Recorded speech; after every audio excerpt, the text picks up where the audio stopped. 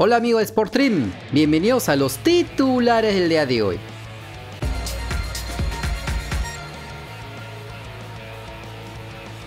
Luego de la mala campaña de la selección australiana de fútbol en las eliminatorias asiáticas, el chivo expiatorio es el técnico australiano Graham Arnold, ya que si revisamos en la última ronda de las clasificatorias, solo pudieron sacar 15 puntos de 30 posibles, superando solamente a los débiles Vietnam, Omán y China, cayendo frente a las potencias de la región, Japón y Arabia Saudita. Por lo que la prensa australiana y los fanáticos de ese país claman a la federación el cambio del entrenador de 58 años, incluso si es que ganan el partido frente a Emiratos Árabes o el repechaje intercontinental. A pesar de todas las especulaciones, la Federación Australiana ha indicado que no van a sustituir al técnico Graham Arnold, ya que desean tener un ambiente estable para afrontar los playoffs que podrían darle la clasificación al Mundial de Qatar 2022.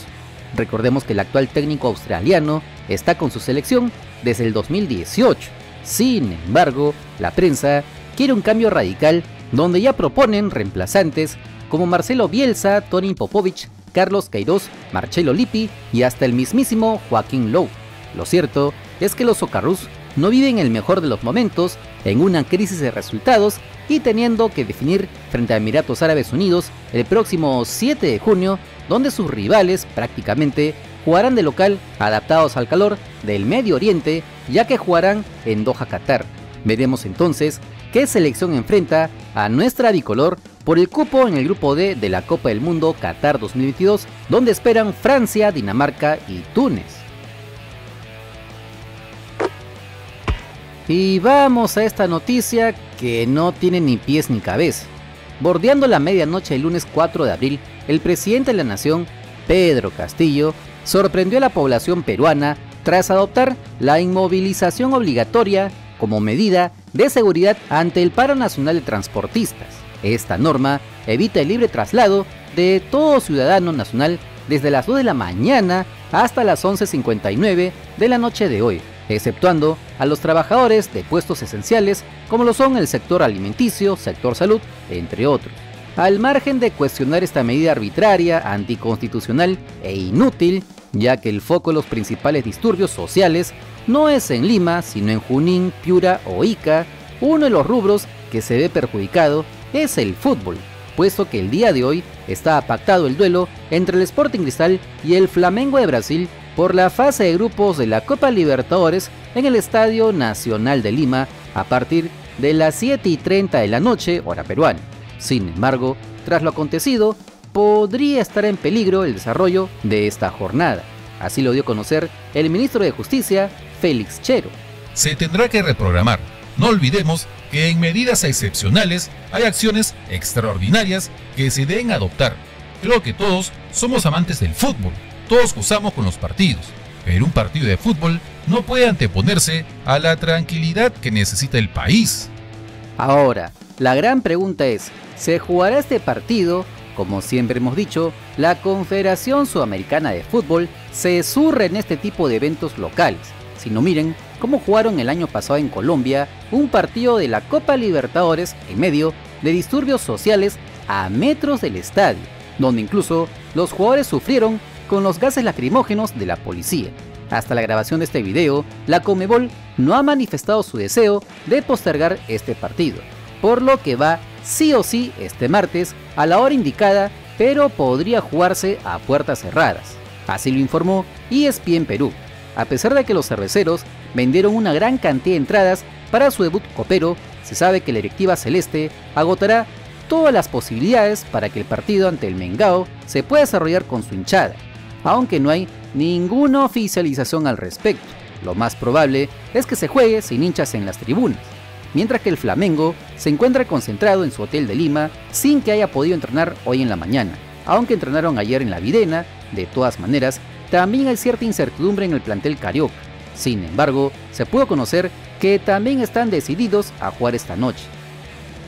Por otro lado, también se encuentra el caso de Alianza Lima, ya que su rival, el River Plate, aún se encuentra en Argentina y no han viajado aún. La preocupación por los problemas políticos en nuestro país se ha extendido hasta el Río de la Plata, donde el conjunto millonario tenía estipulado viajar hoy por la tarde para continuar con la respectiva concentración con miras al debut mañana miércoles a las 7 de la noche en el Estadio Nacional de Lima. Sin embargo, todo parece indicar que por el momento estarían esperando que se garantice la seguridad necesaria para su arribo a la capital peruana. A pesar que desde el país gaucho se informa que la Conmebol le comunicó que el duelo ante los blanquiazules va sí o sí, por lo que el plantel dirigido por Marcelo Gallardo viajará esta tarde rumbo a Perú. Ahora, la otra pregunta que cabe hacerse es si el encuentro de mañana se jugará con público o no. La respuesta la trae el delegado de Alianza Lima, Tito Ordóñez, que en diálogo con Radio Ovación le puso paños fríos a los problemas que atraviesa el país y habló del partido ante el River Plate. Esta mañana nos comunicamos con gente de Conmebol y nos pidieron que les contemos la real situación que se vive en el país. Le dijimos que hoy había una inmovilización hasta la medianoche. Sin embargo, mañana miércoles todo iba a transcurrir con total normalidad.